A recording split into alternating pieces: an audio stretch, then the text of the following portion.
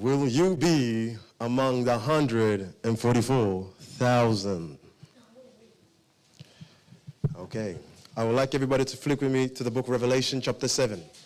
We're going to launch straight into it. Revelation chapter 7. Now I'm going to put a timer here with me to keep me on track. All right. Revelation chapter 7.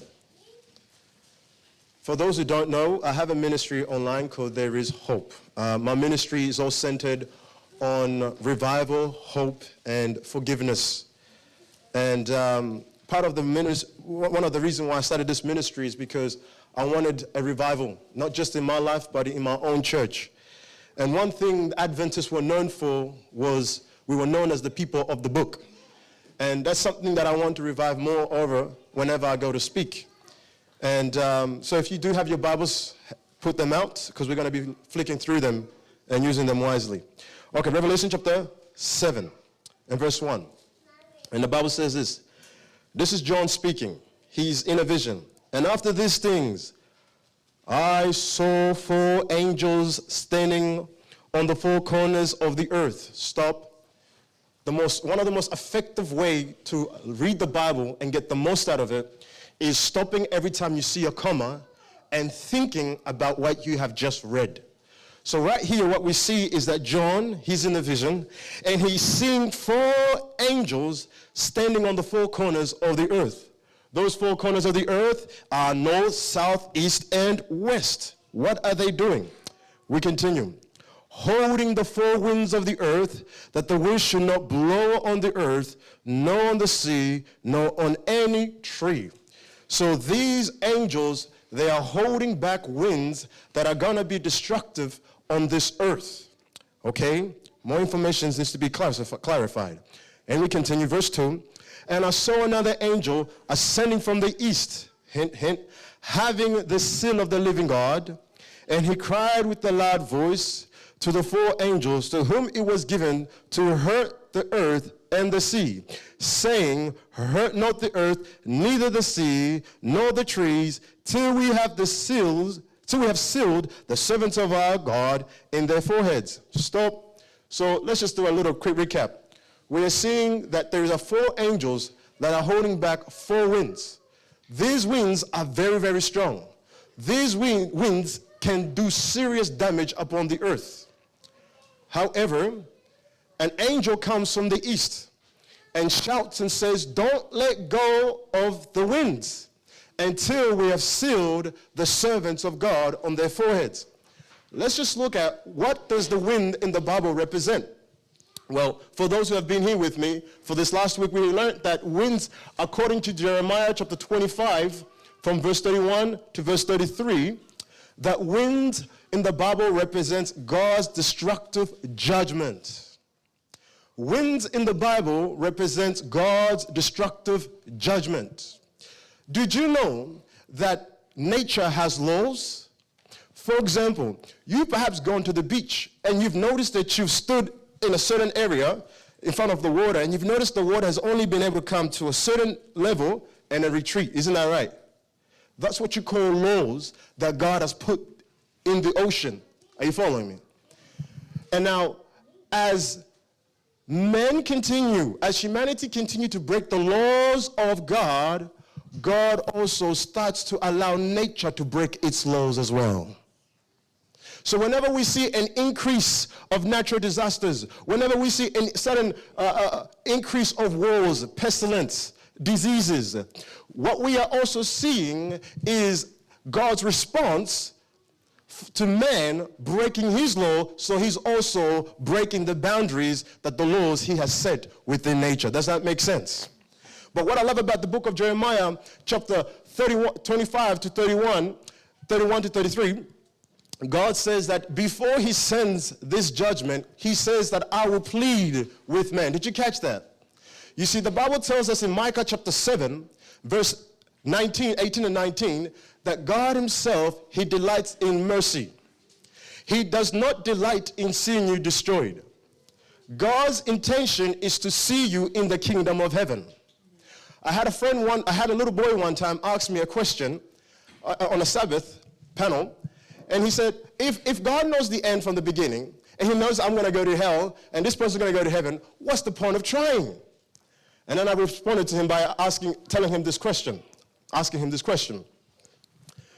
Has somebody ever asked you a question like, how would you feel if you today went home to find out that your mom and dad and sisters all died?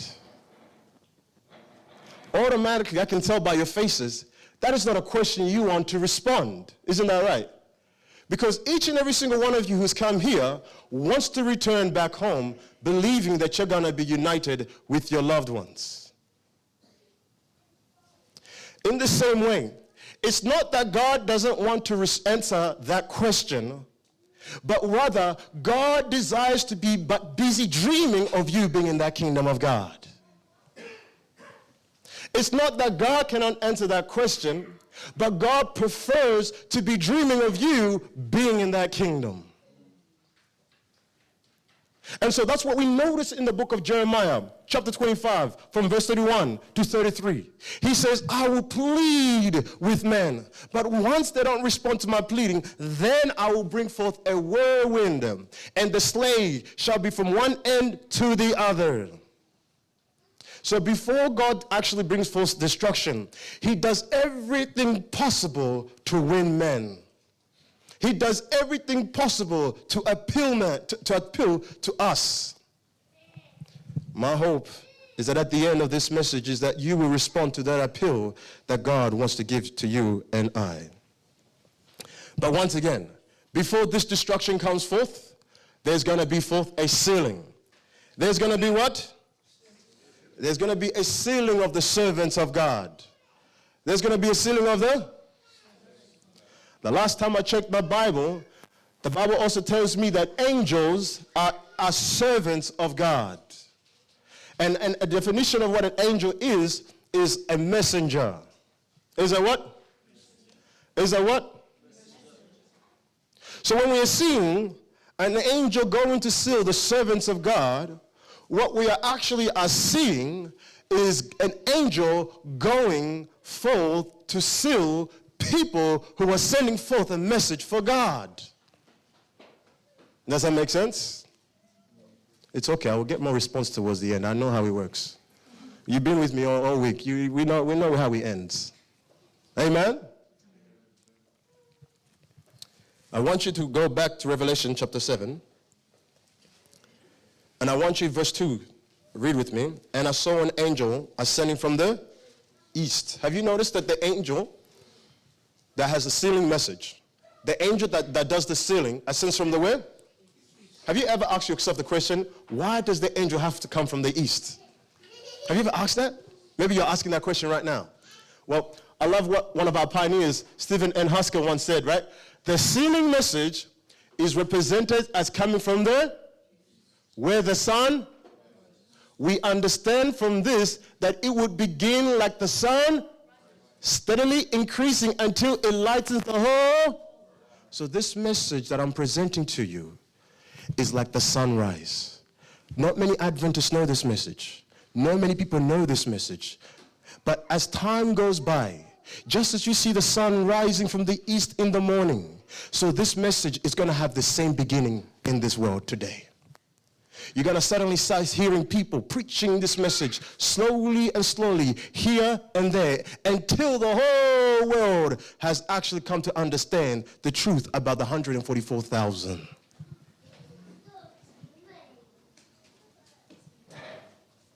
Once again, before the destruction comes, a sealing has to first take place. Go with me, verse 4. The Bible says this, and I heard the number of them which were sealed, and they were sealed 144 of all the tribes of the children of. Did you catch that? So among those who were sealed were 144. Now, a lot of people like to have there's been many controversies out there. This number is spiritual. This number can't be literal. Well, let the Bible talk first. Let the Bible talk first. Okay. Just jump with me, verse 14. It's the same context, verse 14. The Bible says this, and I said unto him, Sir, thou knowest, and he said to me, These are they which came from a great tribulation.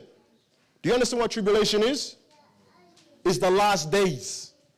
All right? So the Bible is actually specific that the 144,000 are people who were living in the last days. Does that make sense? Now just go to Revelation chapter 14. I'm trying to show you that this number is literal.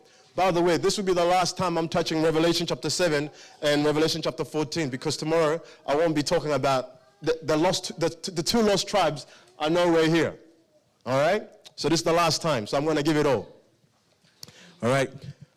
Revelation chapter 14, verse 1. The Bible says this, And I looked, and lo, a lamp stood on the Mount Sion, and with him 44,000, having his Father's name written on there. And I heard a voice from heaven, as the voice of many waters, and as the voice of great thunder. And I heard the voice of harps, harping with their harps. And they sung as it were anew before the throne, and before the four beasts and the elders. And no man could learn that song but the 44,000 which were redeemed from the, help me out. What does the word redeemed mean? Give me another word for that. Saved. Talk to me. Does the Bible say these were saved from the grave? But they were redeemed from where? So tell me, if somebody's redeemed from the earth, are they still living or are they dead? Do you see it? So what we clearly see now is the 144,000 are literal people that are going to be living on earth because they live in such a period of time that no human being has been able to live. Secondly, they are also redeemed at the second coming of Jesus Christ. And what's so amazing about the 144,000, friends, is that they are also privileged to be able to sing a song that no man can learn. Now listen, some of us are talented with being able to catch a song very fast when we hear it, somebody sing. But the experience of these 144,000, even if you tried to learn it yourself, you couldn't be able to sing it. Because they've entered into experience that only by you having been there, you can only also enjoy the song they are singing.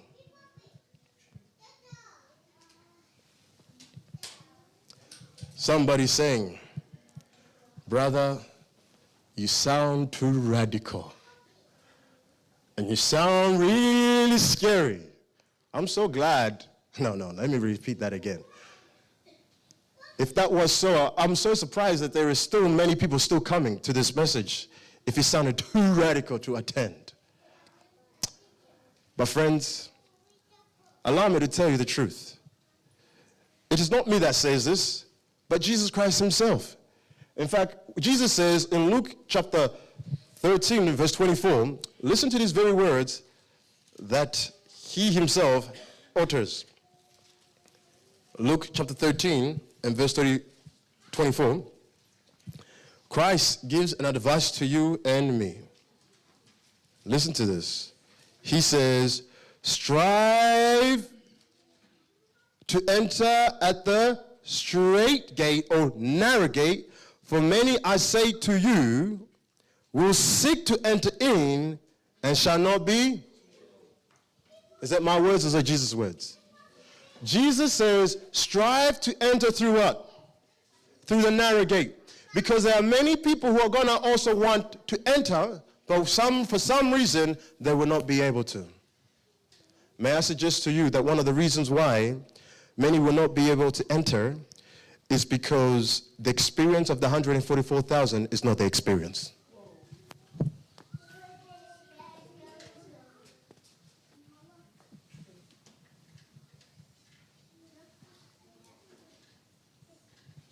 If you have not been with me from the beginning, I apologize for those who just found out recently because I just posted on my WhatsApp.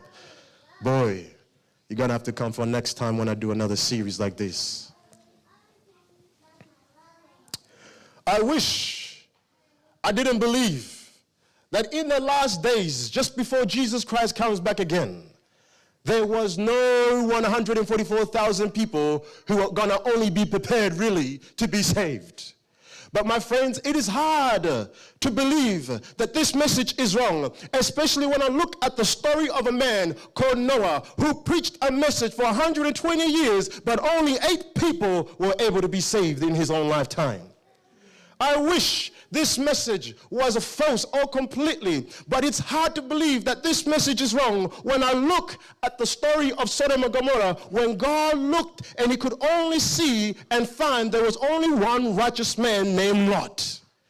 I wish this message wasn't true, but it's hard to believe it's not true when I look at the children of Israel who spent 40 years walking in the desert, but only 2 men, Caleb and Joshua, were permitted to go into the promised land. I wish this message wasn't true, but it's so hard to believe that this message is wrong when I look at the ministry of Jesus Christ, who preached for 3 years, but only 12 disciples were won at the end of the day. I wish I could believe in this message that it was completely wrong, but it's so hard when I look in history again and again. There's always been a remnant that even the devil has only cared to destroy.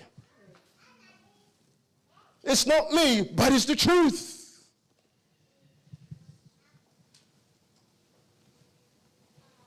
Oh, brother, you sound too radical, but it's the truth, friends. And therefore, I must give this message a certain sound.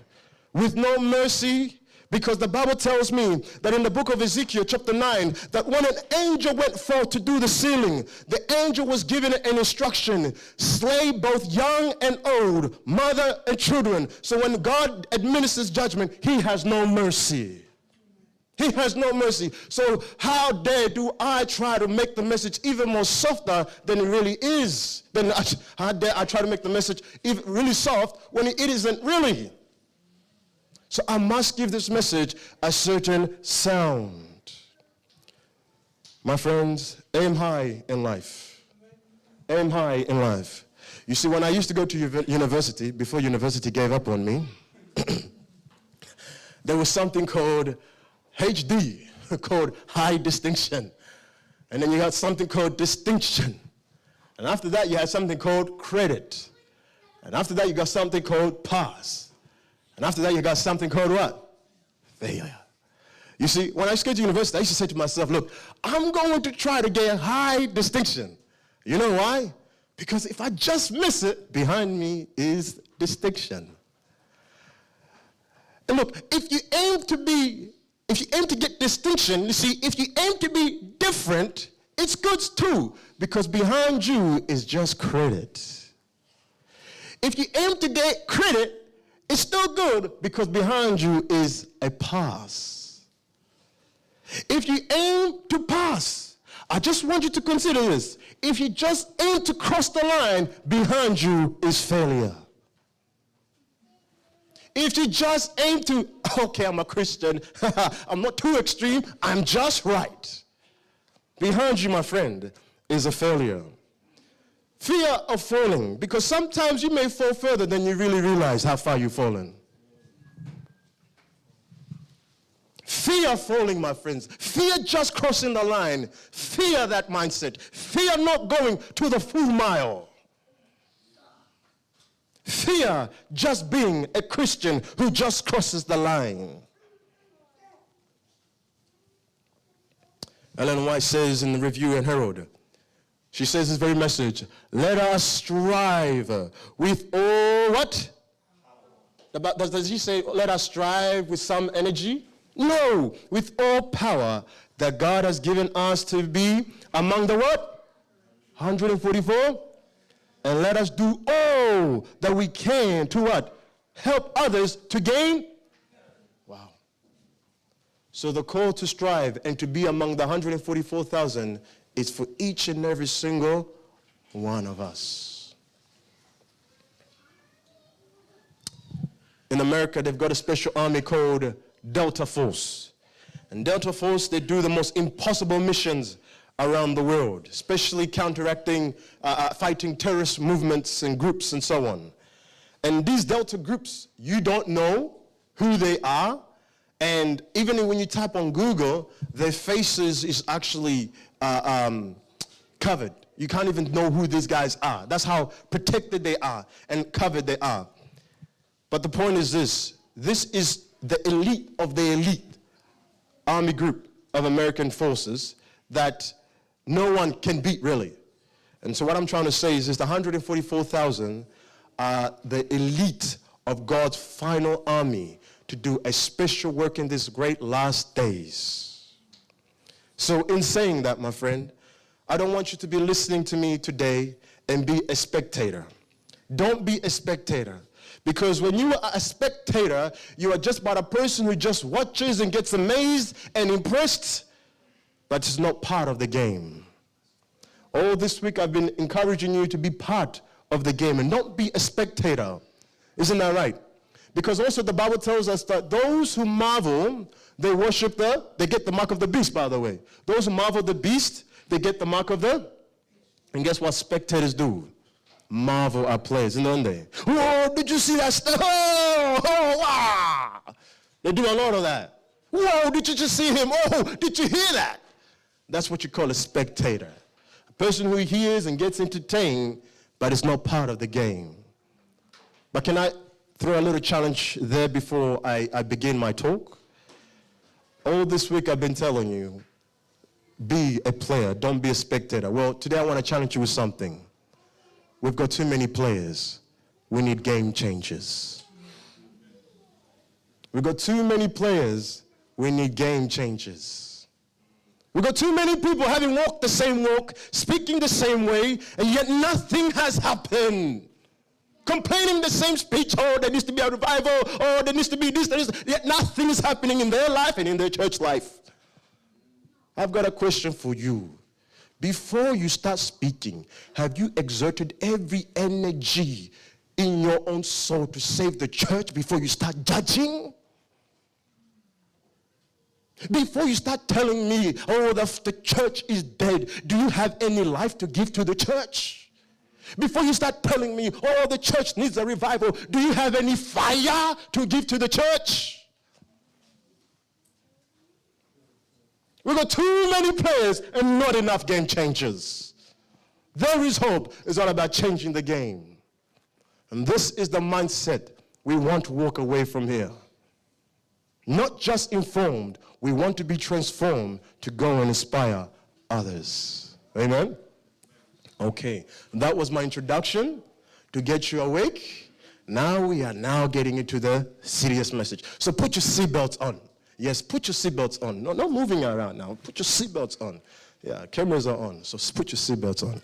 All right, Revelation chapter 7.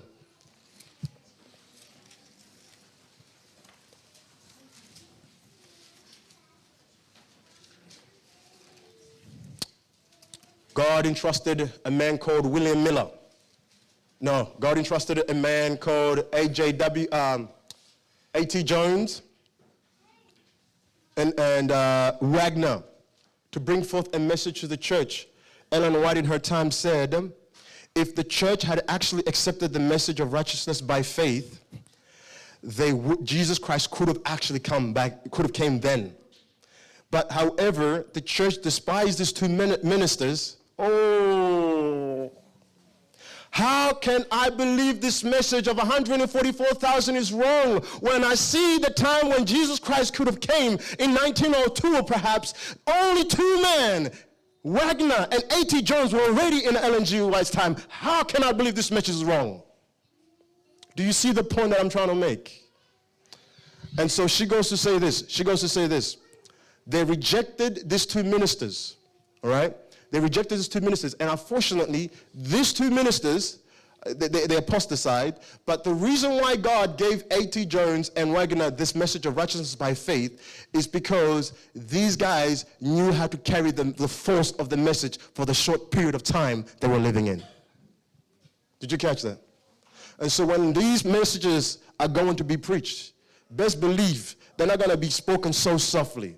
They're going to come from individuals who know the urgency of this message and cannot have mercy on it.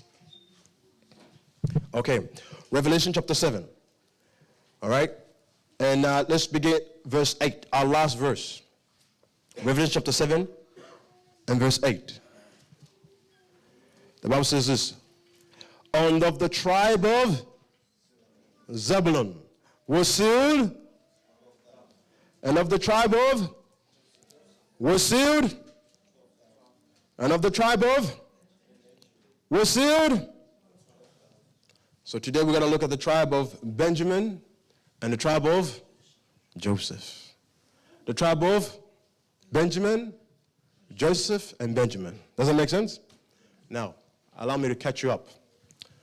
So, when the Bible says that 12,000 are going to be sealed, and are also going to be sealed under the tribe of Joseph, and 12,000 are going to be sealed under the tribe of Benjamin, what the Bible is actually saying that in these last days, there's going to be 12,000 people of praising truth. Highlight the word praising truth.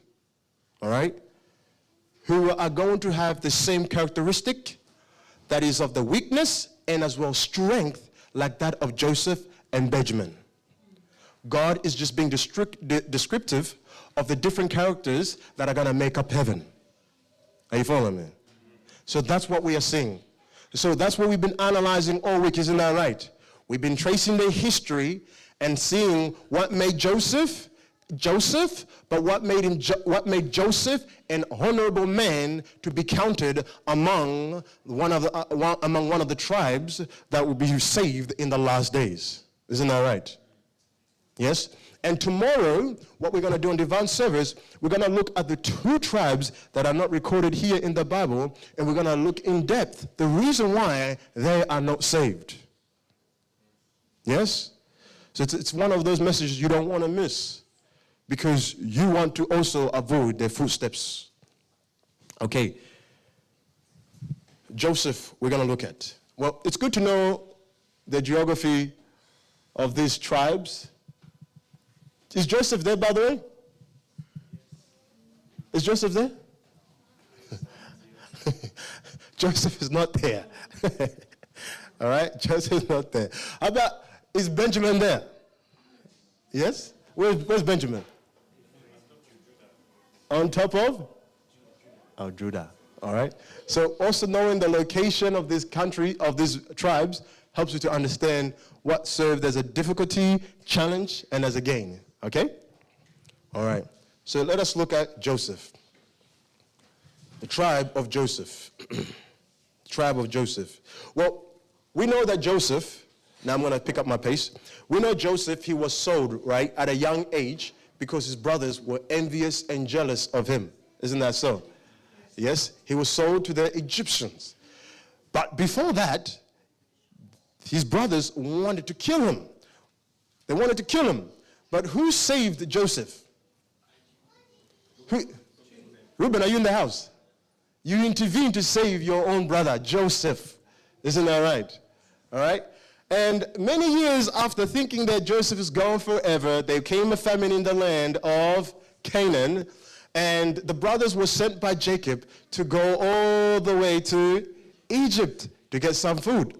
And then Joseph, the prince, comes out, but notices, wait a minute, these men look like some men that might be related to me. Upon investigating, he realizes, whoa, they are my brothers. At this particular time, Joseph actually there was somebody translating for him. All right? So he was pretending also he couldn't understand, and he needed somebody to translate. So he's talking, da-da-da-da-da-da.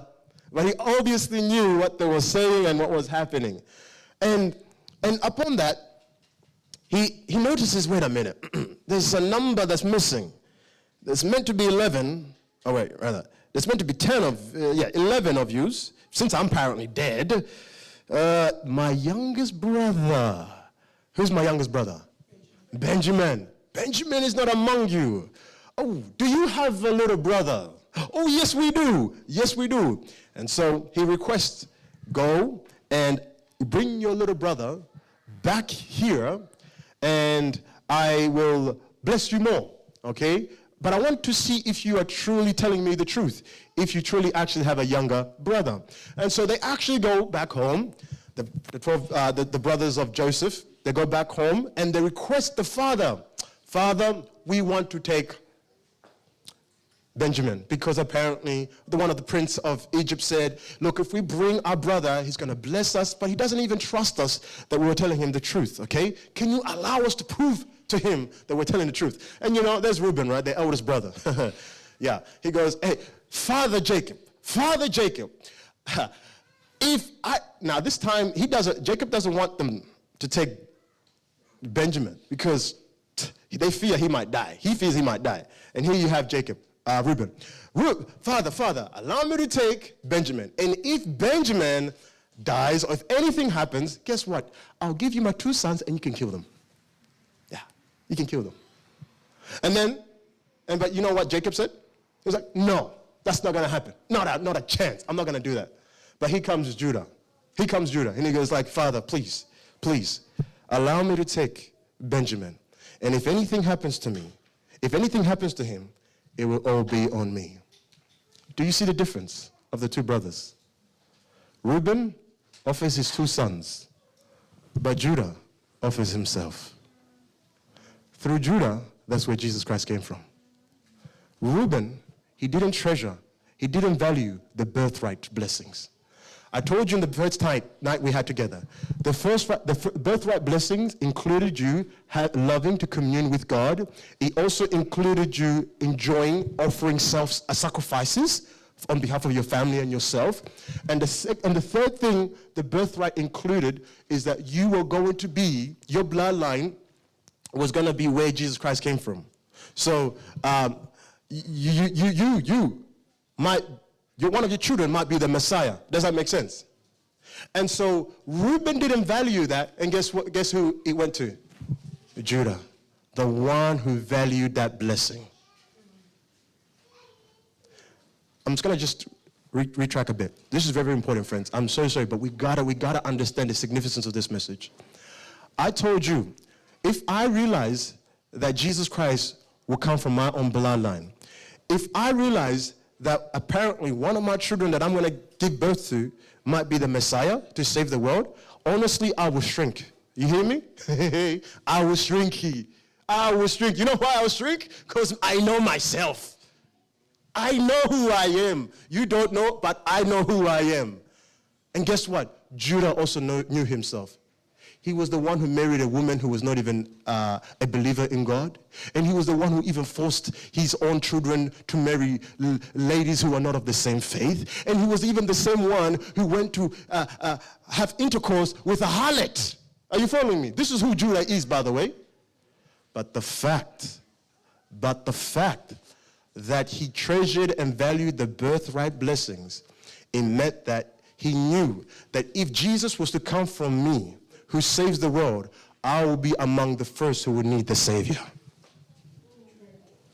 So those who go under the tribe of Judah, so those who are sealed under the tribe of Judah are individuals who understand themselves so much so, and they want Jesus more than anyone.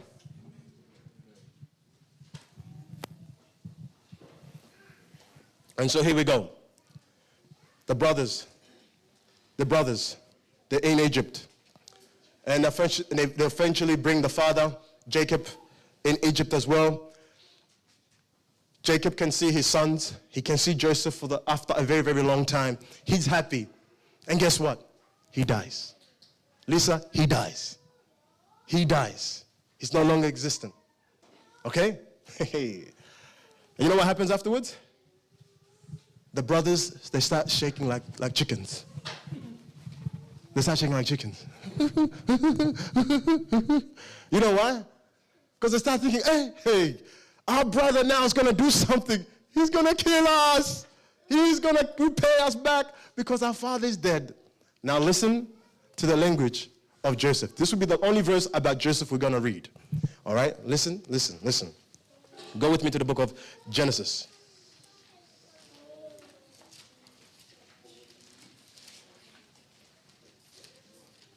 All right, Genesis, I believe, chapter 50. 50. and verse 19. So his brothers, they are shaking like chickens, huddling together, thinking, our brother's going to finish us now. They thinking he's probably was pretending the entire time. Okay? Now, friends, this is where the gears are activated. Remember, I have many gears with me.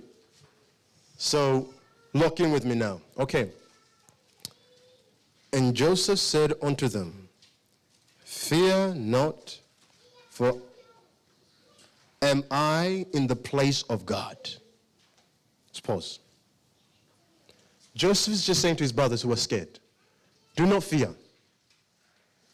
Because am I not in God? My friends, you have all the right to fear when somebody's not in God. Are you hearing me? You have all the right to fear when somebody is not in God. But Joseph is making a point. I am in God. Are you calling me? God is in me, and I have accepted him. You don't need to fear. That's his basic emphasis. Now, verse 20. But as for you, you thought evil against me, but God meant it unto good, to bring to pass, as it is this day, to save much people alive. By your cruelty, you meant evil, but God meant the best.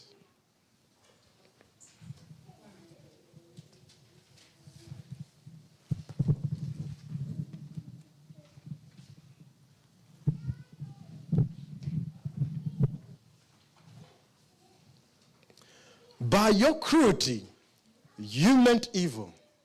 You meant to crush me, you meant to hurt me, but in all things, God somehow was able to turn this for my good. One of the biggest traits, I'm going to highlight 3 traits about Joseph. One of the biggest traits about Joseph is that he learned to see good. He learned to see God's hand in everything he went through. He learned, implying there had to be a period of time he had to train his mind to see, why did God allow this to happen for my good? He learned to see God's hand in everything.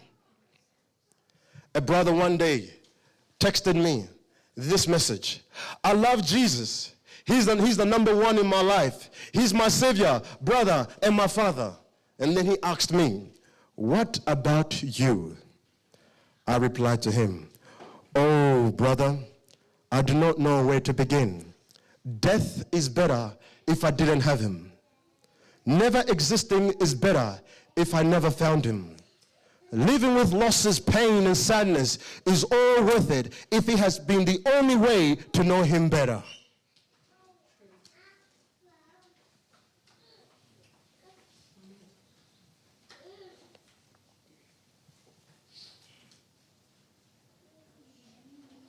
Every time I take time to ask myself, God, why were you not here for me?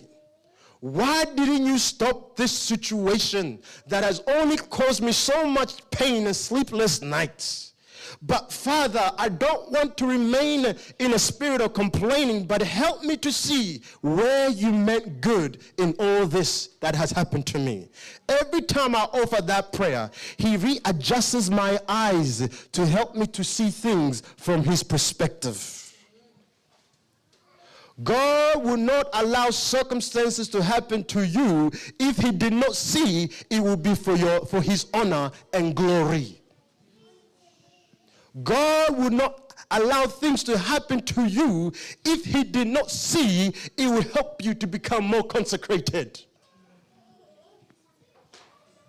And something I've learned in life, friends, is that when you maintain an attitude of praise when things are not going wrong, when things are going wrong, the tears that could have drowned you, he transforms them into stepping stones to draw you closer to him.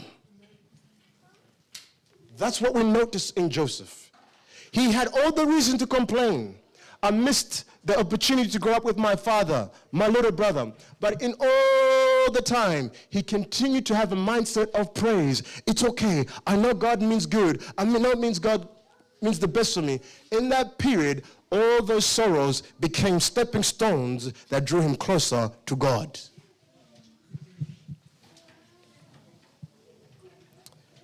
Number two, he had no grudges. Grudges, by definition, is a lasting, strong feeling of resentment towards someone for imagined wrong or real. You know what grudges is? She didn't say hi to me today. I knew she does not like me. I know she didn't even touch my kids. Aha. Yep, she's just confirmed what I've always been feeling about her. Grudges.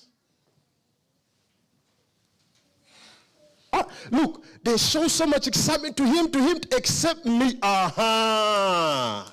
Yep. You don't like me. And you have just confirmed the revelation that I've been feeling in my mind. Grudges.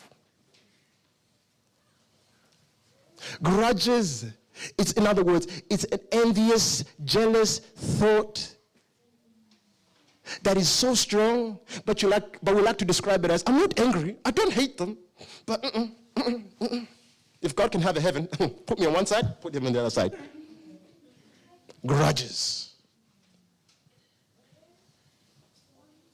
Oh, they didn't look at me. Oh, you like them better than me. Grudges. What I'm trying to say is this: he had no grudges. He had no what? Grudges. In other words, Joseph was forgiving. He was what? Have you ever read the text? Matthew 5, verse 48. Be ye therefore perfect, just as your heavenly Father in heaven is. By the way, that verse means perfect in every way. Does it make sense? But let's also understand the true context also too. Jesus says, the Father, he sends rain on the just, and he sends rains on the good, and he sends rains on the no good. And then he says, be perfect like God in your everyday life. So in other words, true perfection, we become perfect in character like God by forgiving others. That's what made Joseph Joseph. He was always forgiving others. He didn't. By the way, the Hebrew history says Simon was the one that grabbed Joseph to throw him into the pit. But he could have said that moment, Simon, among every one of them, among every brother of mine, I don't like you. You are as close to even Satan. Your name is close to Satan. Simon, Satan. He could have had some description like that. He could have done that. You know that. But he didn't do that. Why? Because he had forgiven all his brothers completely. Number 3, Joseph had a strong integrity. He had a what? He had a strong what? He had a strong what? Mm-hmm. You see, one day, Joseph was cornered, and a woman called Potiphar said, lie with me, sleep with me. And Joseph said, your master has not refused me anything. He's given me everything except you. How can I do this great wickedness against my Lord? How can I do this great wickedness against my God? One thing about Joseph is this: how his Lord had left him, he wouldn't catch him in a moment of surprise doing something he wouldn't approve. He had a strong integrity. He had a strong what? So if God was to go like this, peekaboo, that's what I expected. Last week we learned what it means to be a Seventh-day Adventist. You're not a Seventh-day Adventist like this today, and suddenly you're different throughout the week, because that's what makes you a one Adventist. Yeah? So when we are Seventh-day Adventists, if God was to do this, Hey, he'd be like, as I expected. That should be the true reality. You hear me? So with Joseph, right, he had a strong integrity, so much so even Pharaoh could walk inside his house any moment and find nothing to condemn him about. He was always strong to principle, no matter where he was. So in quick summary, as I quickly move on to Benjamin, so those 12,000 who are sealed and who go to heaven under the tribe of Joseph, number one is that they learn to see the hand of God in everything that happens in life. Number two, they have no grudges towards anyone. And number three, they have strong integrity.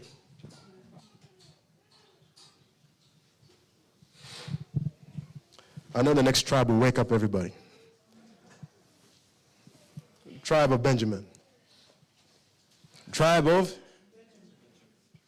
Now, stay with me as I cover this tribe. Go with me to the book of Genesis, chapter 49, verse 27. Genesis chapter 49, verse 27. You there? Now, this is Jacob on his deathbed.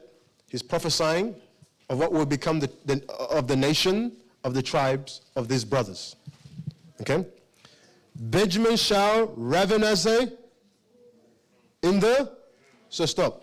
So the Benjamin shall raven as a wolf. So in other words, Jacob is describing Joseph as a vicious wolf. Okay?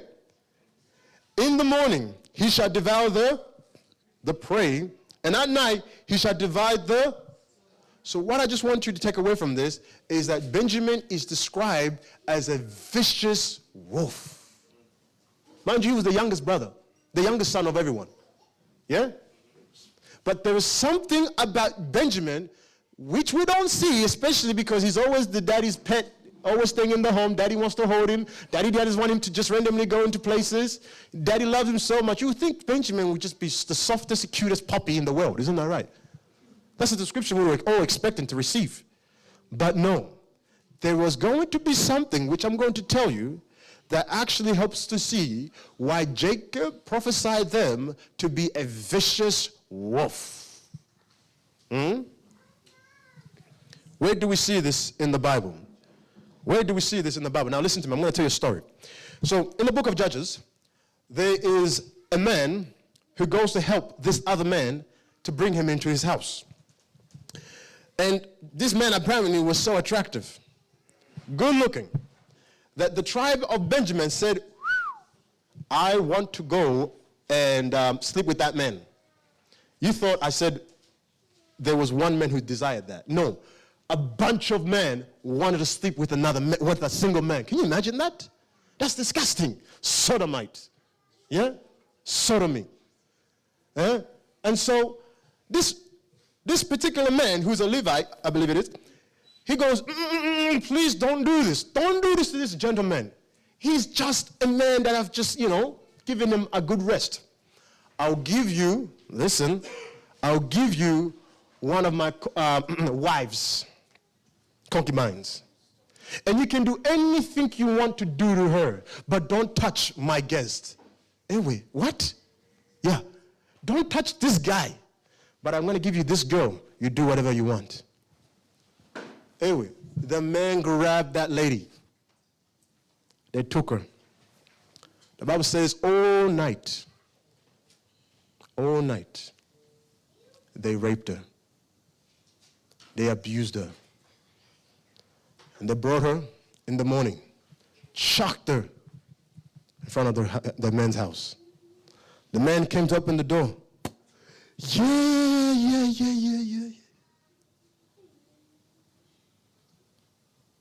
He tried to see if there was any life. And she died. Grabs a knife, chops her body into pieces, and sends 11 pieces of her body to all the tribes of Israel, and says, hey, everybody, look what the Benjamite did to my wife. look, they raped her so much, she's even dead. And look, he goes crazy. The whole tribe of Israel, they all got a package, like almost like an email. Oh, seeing a dead body, parts of bodies. Some had legs, some had heads. This is the Bible, by the way, yeah? So, yeah, everywhere. And they go, what? And you know what? The whole nation of Israel, they said this, we're gonna annihilate. You know what that word is? Yes. Completely remove this tribe for the filthiness they have just committed. Huh?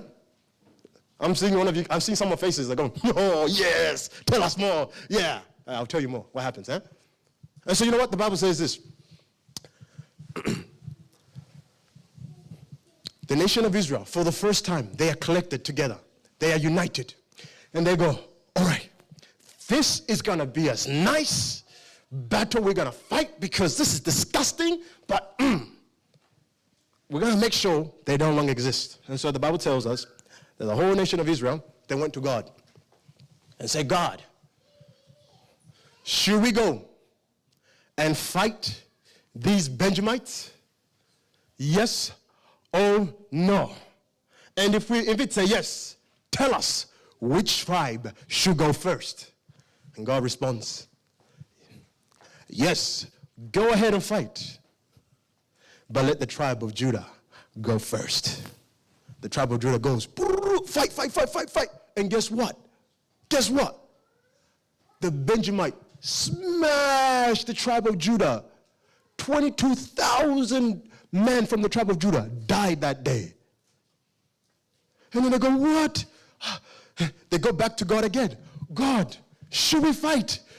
Should we fight these people? And God says, yes, go fight them. And they go to fight. 18,000 men die from the tribe of Judah. They are humiliated. They are shamed. And they are broken. Asking themselves the question now, what could I have done? What could I do to make this battle go different? Listen to what they do afterwards. But I just want you to understand. Do you see the fearlessness, the viciousness, and the strength of the tribe of Benjamin? When all the tribe combined together and tried to fight them, it was tough. It was like fighting Germany back then. It was tough. They couldn't get them down. But listen to what happens afterwards. Just go with me to the book of Judges. I told you the story, so I don't get you to read now just this particular part. Judges chapter 20, verse 26.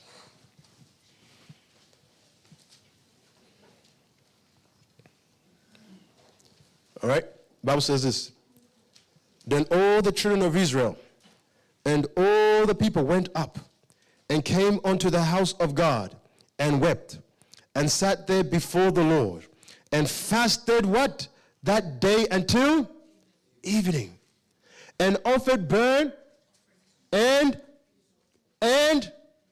until I know the church is waking up. And people, I'm about to finish. And peace offerings before and the children of Israel inquired of the Lord, for the ark of the covenant of God was there in those days. And Phinehas, the son of Eleazar, the son of Aaron, stood before it in those days, saying, shall I yet again go out to battle against the children of Benjamin, my brother? Shall I cease or stop? And the Lord, now listen, and the Lord said, go up, for tomorrow I will deliver them into thy hands. I'll deliver them into thy hands. And then we let us hear how the battle went. Verse 29. And Israel set traps, in other words, in wait around about Gibeah. And the children of Israel went up against the children of Benjamin on the third day and put themselves in array against as at other times. And the children of Benjamin went against the people and were drawn away from the city, and they began to smite of the people and kill as other times in the highways of which goeth up to the house of God. So this is when the big massacre took place towards the Benjamites. Now listen, the killing was so bad, guess how many Benjamites men were left? 600. Did you catch that? 600 men were left, to the point that the nation of Israel said, hey, we actually better stop killing, because guess what? This tribe is no longer going to exist anymore. We've done so much damage to them. We better now stop. Now, all eyes on me, and please pay attention. Because we're listening to a series. It's not meant to be a short presentation. It's meant to be a message that's got to be finished to the end.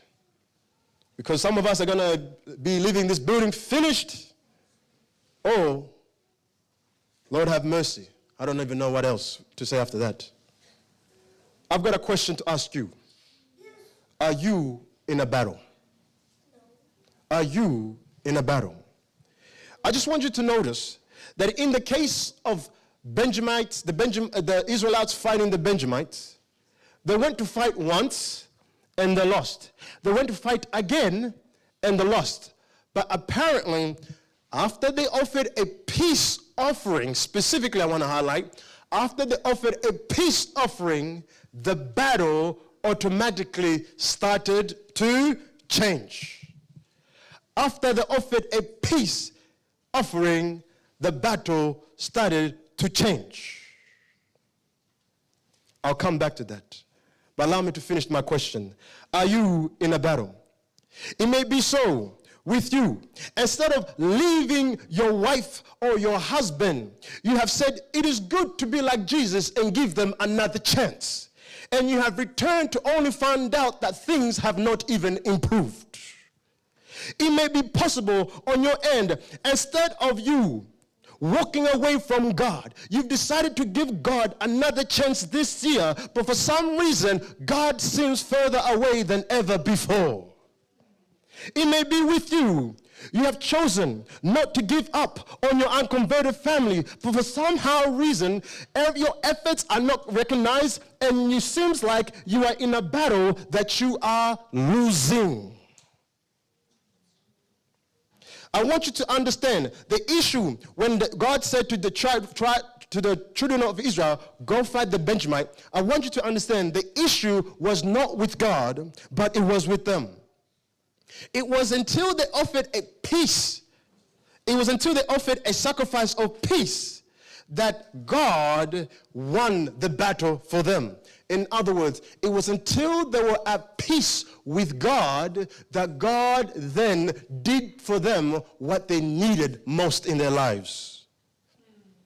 You see, until they were at peace with God, if God had granted them the victory, it would have been a risk to them of becoming prideful.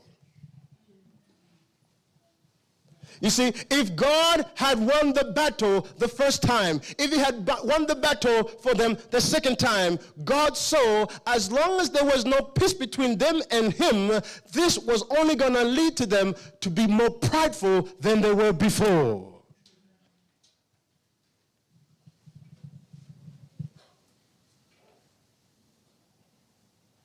But I want you to consider and understand, there is a difference between a battle and a war. There's a difference between a battle and a war. We are all engaged in a war.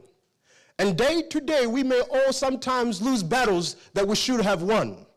For example, you may have wanted to be like Christ, but this morning, you lost the battle by allowing your unchrist voice to speak out towards your own family member. Right there, you've lost a battle. You may have wanted to stand out differently, but you felt the pressure to compromise. Right there, you've lost a battle. But to lose a war, it implies that even God, who's on your side, is part of the loss. Does that make sense? the children of Israel, they lost battle, but they didn't lose the war. Because God, who was also involved in the warfare, had also not come down. What I want you to also understand is this, friends, before I close. The vicious nature of the tribe of Benjamin can also be observed in the life of Saul, who hunted David like a dog.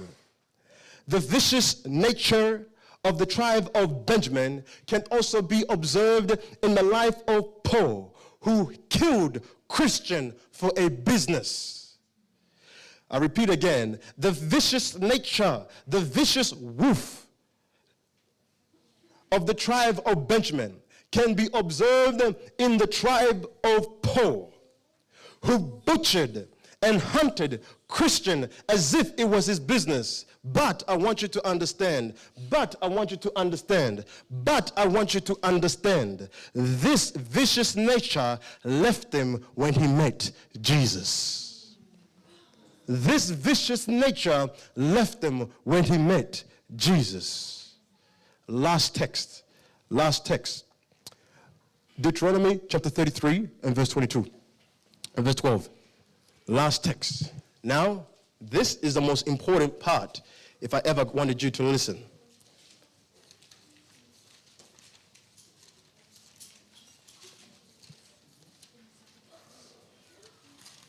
Deuteronomy chapter 33 and verse 12.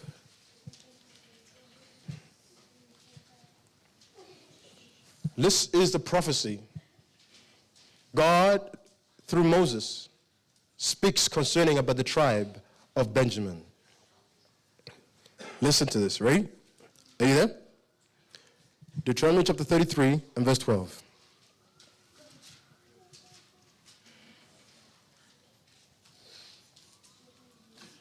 Ready? Says this. And of Benjamin he said, the beloved of the Lord shall dwell in safety by. Did you catch that? So what God is saying, I repeat it again. The Bible says, and of Benjamin, he said, Moses, listen, the beloved of the Lord. The what? The beloved of the Lord shall dwell in safety by, and the Lord shall cover him all the day, and he shall dwell between his shoulders. I want you to understand, God is speaking here. God is speaking here. God is expressing his safety in being in the tribe of Benjamin. I only have one member listening to me today. I repeat again. God here is expressing his own safety in being taken care of by the tribe of Benjamin. You see, the transformation God saw was so dramatic that he even felt safe to dwell among them. Why am I losing my battles? Why am I losing my battles? Does God feel safe with you to entrust you with a wife? Does God feel safe with you to trust you with your members of your family if they were to be converted? Does God feel safe with you to give you a relationship? God could say for himself, I feel safe to be in the tribe of Benjamin. But could God say this about you before he wins a battle on your end? So now, as I wrap up, what we can now observe about the tribe of Benjamin is this. Indeed, they were vicious like wolves. But there was a turning point in their lives like Saul, who became Paul, because they met Jesus. It's my last submission, friends. And that is this. Have you met Jesus to receive that transformation for him then to also win the battles that you are seeking in your life? can God say, I feel safe to be in your life? It's my prayer, friends. That would be something that will begin a cry in your own soul. In Jesus' name, amen. Let us pray. Heavenly Father,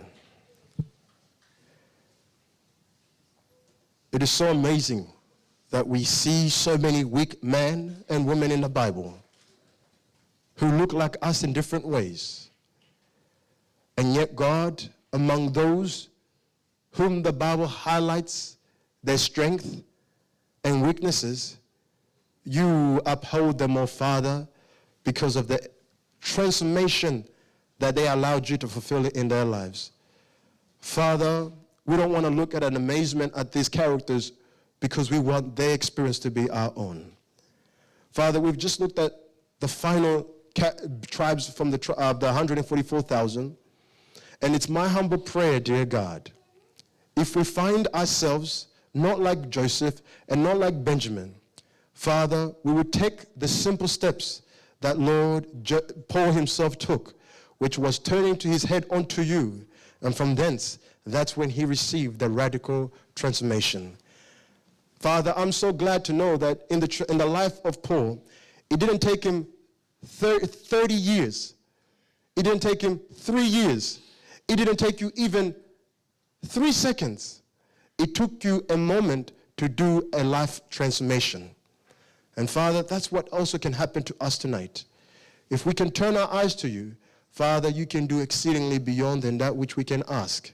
And we are so thankful that indeed, that there are so many characters that we cannot say, Lord, without sin, because your mercies, oh God, still goes even further to the lowest depth. In Jesus' name, amen.